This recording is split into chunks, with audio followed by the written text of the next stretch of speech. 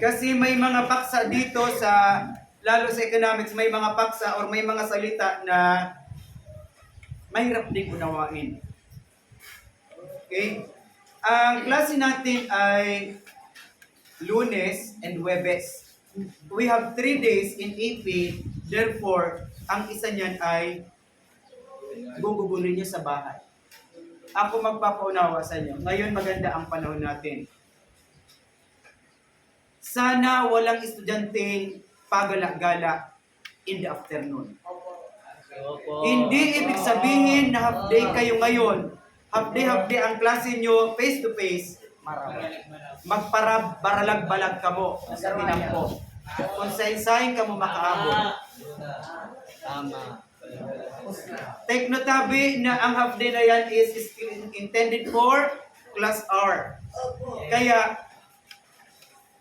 huwag niyong sayangin ang panahon. Pwede kayong maglaro, pwede kayong maggala kung natapos niyo na yung dapat niyong gawin.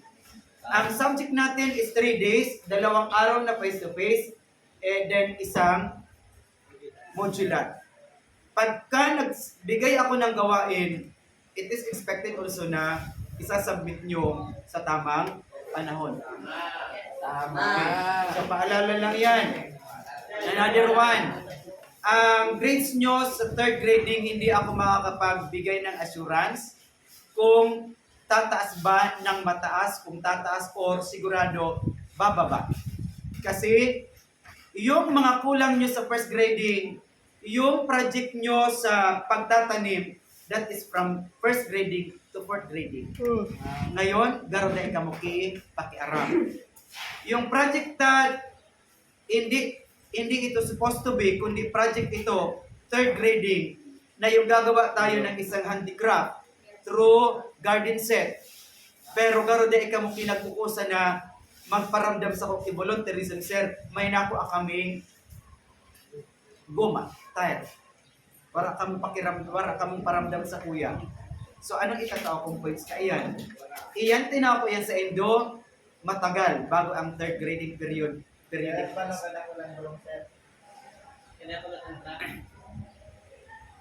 Di ba pinaliwanag ko na sa inyo?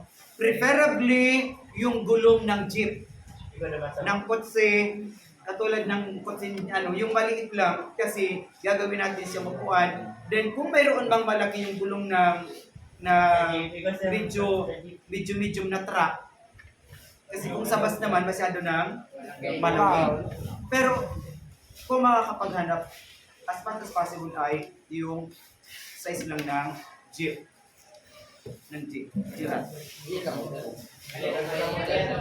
Ang bawat pangkat, ini-expect ko na 2 gulong. Sinabi ko na yan sa inyo. So, ilang pangkat meron tayo? 5.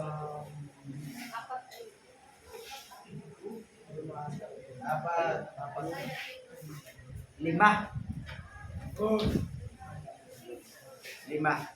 Kailan sir ng deadline nun, sir? Ay, tapos na naman ang 3rd grading. Kang April 28 pa. April, ano ba? 30, 29, 28. Kang April 28 pa. Friday.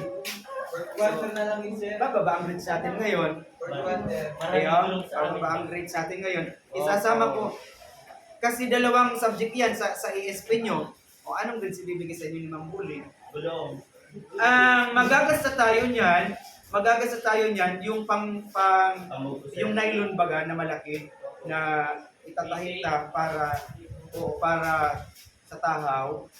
Siyempre yung pintura ay yung tago. Dito natin gagawin. Okay?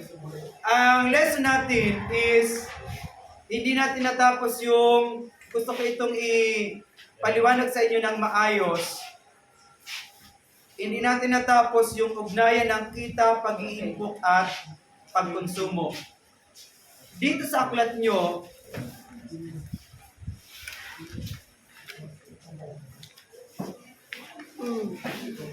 That is on page 289. 289. 289. Pero, ito muna yung gagamitin natin. Ito muna yung gagamitin natin. Kasi mayroong mga mahalagang bagay dito, detalye na wala dito. Dito, pagkakapal-kapal, parang kasi kapal ng mukha na tamad mag-aral, pero kulang na ang content niya. Pero dito, mas marami. So, ugnayan ng kita at pag-iinpo. Like, kaiinom mo daw ako ng Milo. Yeah. Ako naman, Ugnayan. Yung notebook nyo pala, ibigay nyo sa akin. Ibigay nyo sa akin sa Webex.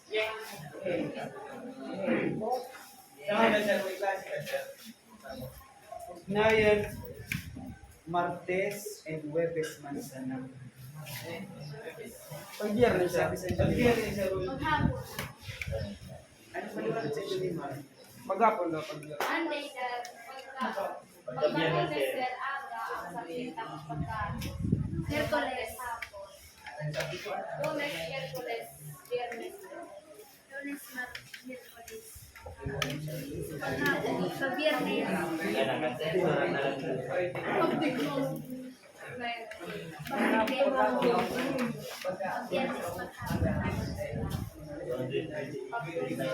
At kita pag-iinpukan.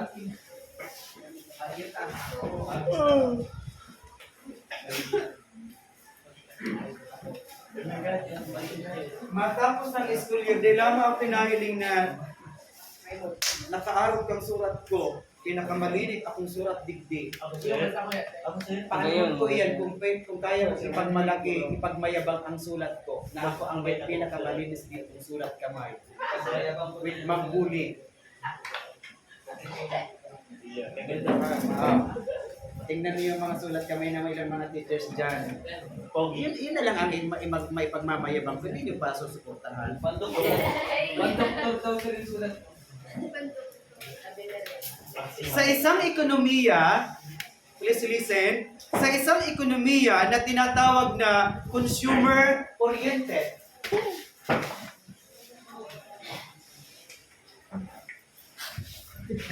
natatabi tayo ka dyan sa likodan, Kenny.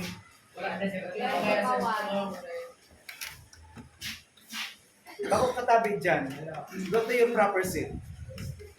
Sa isang ekonomiya na consumer-oriented, katulad sa ating bansa, ang kagustuhan ng consumer ang siyang batayan ng dami at kalidad ng produkto at serbisyo na lilikhain. Take note. Sa isang consumer-oriented daw na ekonomiya, katulad ng ating bansa, ang nagiging basihan, ang nagiging batayan sa pagkakaroon ng isang kalidad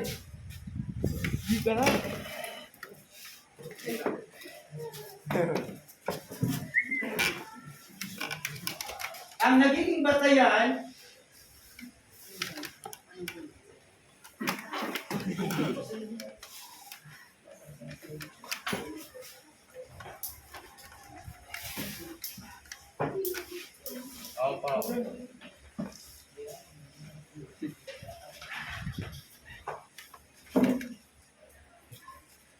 ulitin ko, sa isang consumer-oriented na ekonomiya, katulad ng ating bansa, ang nagsisilbing batayan ng produksyon ay ang dami at kalidad ng produkto at serbisyo na anudaan, nalilikhain.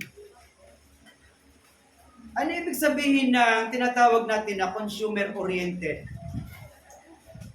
Sino ang pwedeng magdagdag ng paliwanag? Ano ibig sabihin ng consumer-oriented economy?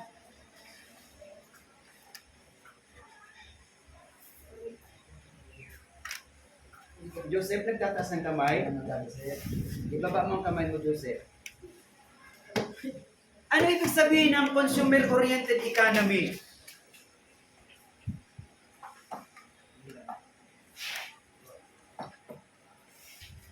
From the word consumer. Sino ang consumer? Sino ang subject dito? Ang consumer. Meaning, sa isang consumer-oriented economy, pinapakinggan ang tinig ng consumer or ng mamimili. Isinasaalang-alang kung ano ang nais ng isang mamimili. Tingnan nyo, kahit sinasabi na tayo daw ay isang consumer-oriented economy, ang paggawa daw ng dami at kalidad ng produkto at serbisyo sa production ay nakabase sa kung ano ang nais ng mga mamimili. Pero bakit ang mga produkto na dinadala dito sa atin mula especially sa China ay sadyang napakababa ang quality? Peke. Kasi tayo mga Pilipino, maliban sa tayo ay mahirap, hindi kayang mag-afford ng mga produkto at serbisyong may pinakamagandang quality. Pag may pinakamagandang quality, siyempre, mahal din ang presyo. Opo. So parang isang kabaliktaran o isang kabaliktaran ang sinasabi ng aklat na ang tayo daw ay isang bansa na consumer-oriented. Kung ang pag-uusapan ay ang produkto mula sa China. Sabi ng mga China, dalhin nyo ang mga produktong yan sa Pilipinas. Anyway, yan naman ang bagay sa kanila. Walang liklamo-liklamo. Reklamo. Kaya yung calculator, 16 pindot, patay. 16 pindot lang. Yung cellphone natin na gawa ng China, isang linggong pindot lang, wala na. Wala na. Yan. Okay, makinig. Ang pagkakaroon ng hanap buhay at kita ay nagmumula sa gawain ito ng mga consumer. Ngunit kailangang malaman kung magkano ang gagastusin sa pagbili ng mga produkto at serbisyo dahil ito ang magbibigay daan sa dami at uri ng gagawing produkto at serbisyo.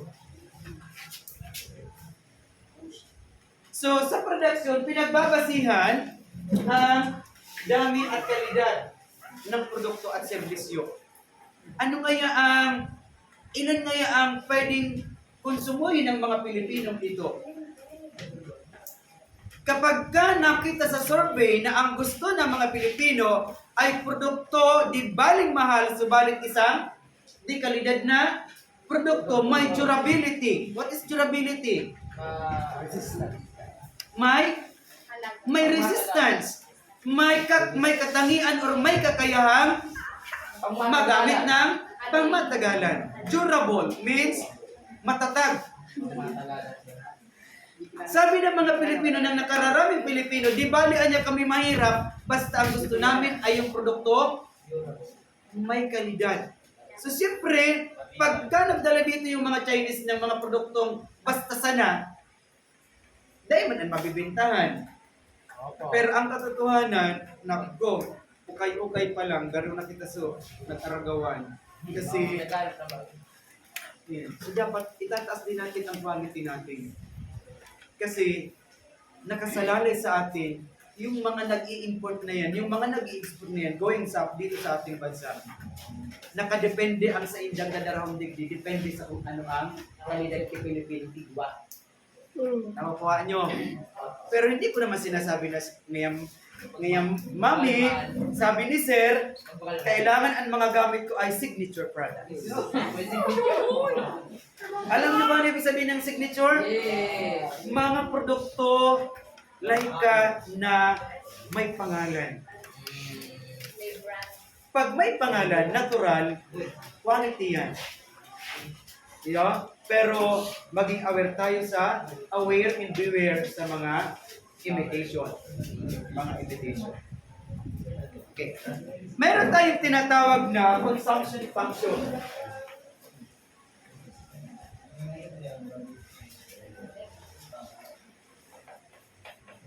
Dahil tabi ni maubos mo niya na aldaw, kaya magdano. Consumption function. Ang pagkonsumo ay isang mahalagang gawain na nakapaloob sa paikot na daloy ng produkto. Totoo hindi? Oo. Tama. Okay. Ang sambahayan ang nagmamay-ari ng apat na salik ng production. Then, kapag ito ay naging isa ng finished product, sa kanya pa rin babagsak sapagkat siya ang magsisilbing consumer. So, mayroong pagkonsumo.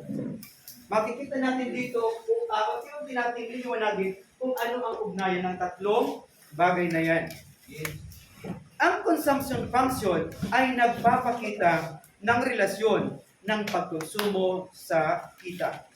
Ang consumption function ay nagpapakita ng relasyon ng pagkonsumo sa kita.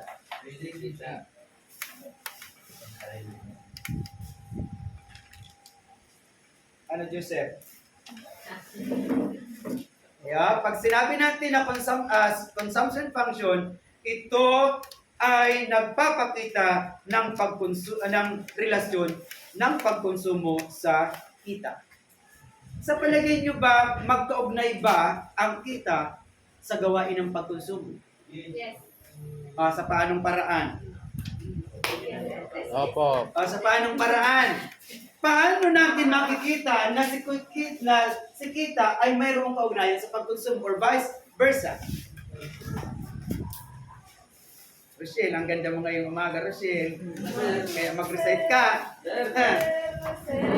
Nare-record tayo. Yes, lady first. Wala mo naman. So, kita, sir, pag di kang kita, di ka makukonsumo. Pag nagkonsumo ka, sir, so, kita tao mong kwarta, ito, magiging kita ng iba. So, bale, sa salita lang. Okay, very good.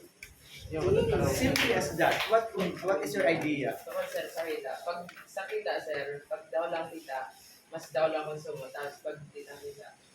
Yes, that is another side of the coin. Very good. Bigyan natin ng 5 palakpak. 1, 2, 3. Tama. Ano pa?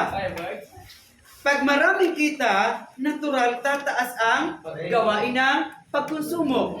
Iyan po ang economics, Sunny.